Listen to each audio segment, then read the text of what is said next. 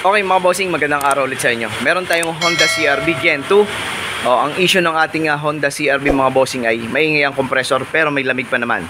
Okay? So nag-automatic pa mga boss, kagaya ngayon. Naka-off yung ating compressor, tumaas ang ating low side, bumaba yung high side. Para mas masilaw pa po. Sabit mo muna dito. Okay mga bossing, nag-engage ang compressor, maingay. So kung naririnig nyo dyan sa ating video, maingay ang compressor natin pag naka-on yung aircon.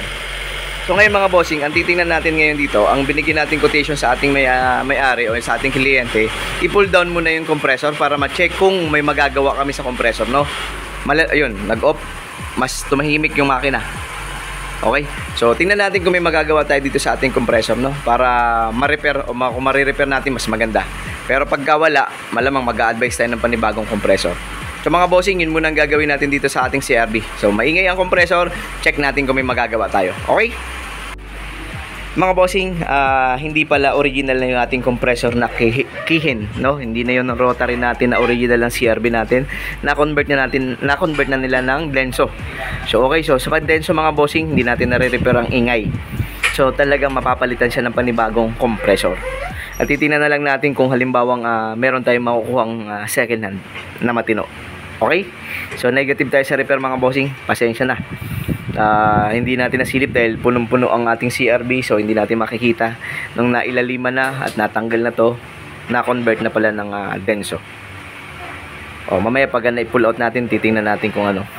Kung black oil ba. Kasi pagka nag-black oil, ibig sabihin kailangan pa natin mag-flushing ng system. Okay?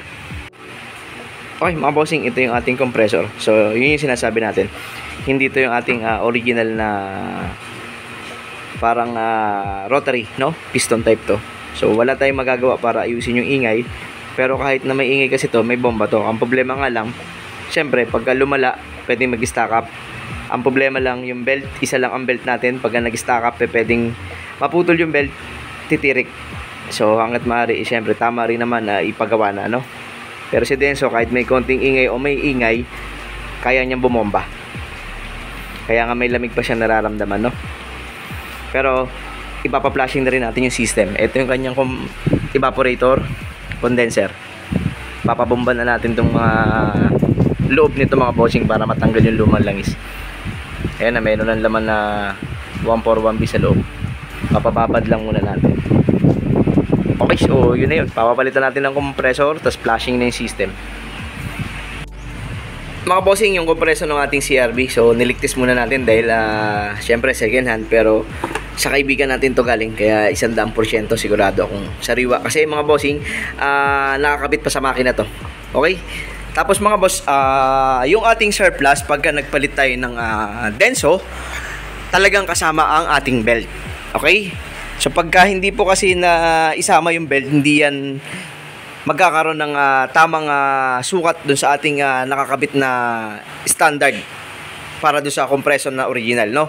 Kaya pagka nagkaroon kayo ng Denso na ganyang compressor, kasama dapat ang belt.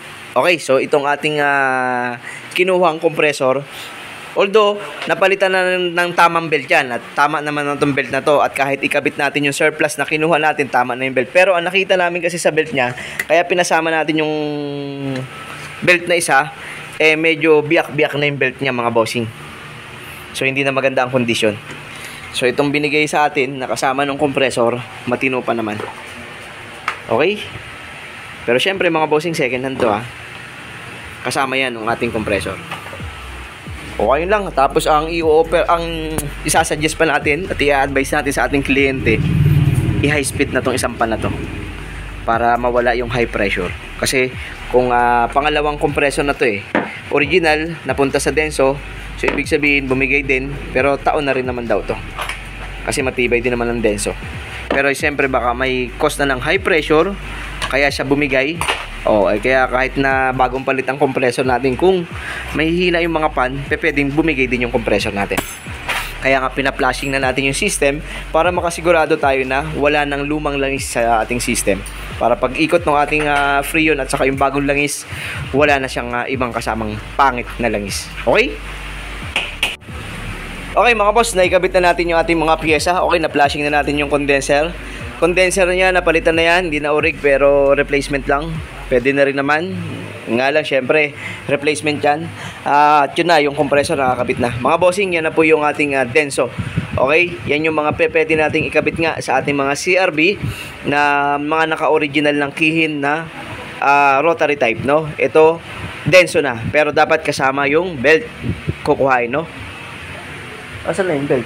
Baka hindi pinalit Dali lang Okay, yung belt mga bossing kasama rin naman yan pag nagpalit kayo ng Denso na compressor, no? Kailangan, dapat kasi iba ang sukat ng ating pulley ng compressor. Okay, nakaligtis na, babacuumin na lang at maglo-load na lang kami ng Freon. Tingnan natin yung ingay na narinig natin kanina kung meron pa ba o wala na. Okay mga boss, nakapag-load na tayo ng Freon. So medyo maganda yung reading. Low side niya mga bossing, nasa 23. Okay, so low side, high side niya mga nasa 180. So medyo mas gumanda naman yung pump ng compressor ngayon dahil yung high side natin kanina mga 175, mababa konti. Tapos mga nasa 30 yung ating low side. Yung lamig sa loob mga bossing, syempre malamig. Okay, so yun na yung nakuhang lamig at bumababa naman mga bossing, ayan o. Kaso patay sindi rin siya sa automatic, no? So kaya tinaas ko ng konti yung ating thermostat. Dinagdagan ko ng konting hangin kasi kanina patay sindi. O kaya mas bumaba na siya ng nag-off na naman eh. So medyo maganda naman ng ang binabatong lamig. Okay mga bossing, yun lang yung pwedeng ikabit sa ating CRB na Gen 2, no? Kung gusto mo mas power, syempre yung compressor Denso. Tapos high speed na pan. Pero to isa lang yung pinapalitan ni bossing yung pan eh. Kaya pinapaobserbahan natin yung isang pan para kung sakaling humina o tumigil, maagapan niya mapalitan ng panibago, no? Okay, nag-automatic siya ng mga nasa 9.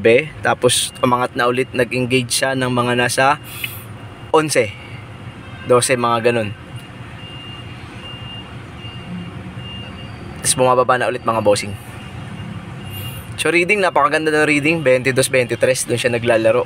Tapos 180 yung high side. So complete na sa akin, para sa akin, no? Maganda na yung binato niyang reading. Pump ng compressor, ingay ng compressor, wala na. So very good na siya. Ayan, bumababa na ulit ng G's. Ayun lang mga bossing. So magpapaalam tayo sa ating kliyente. Tingnan natin kung makukuha natin siya, no? Kasi alam ko uuwi sila ng Tanawan. Okay, sa taga Tanawan mas malayo pa sa atin yung mga bossing. Santo Tomas lang tayo eh. Okay.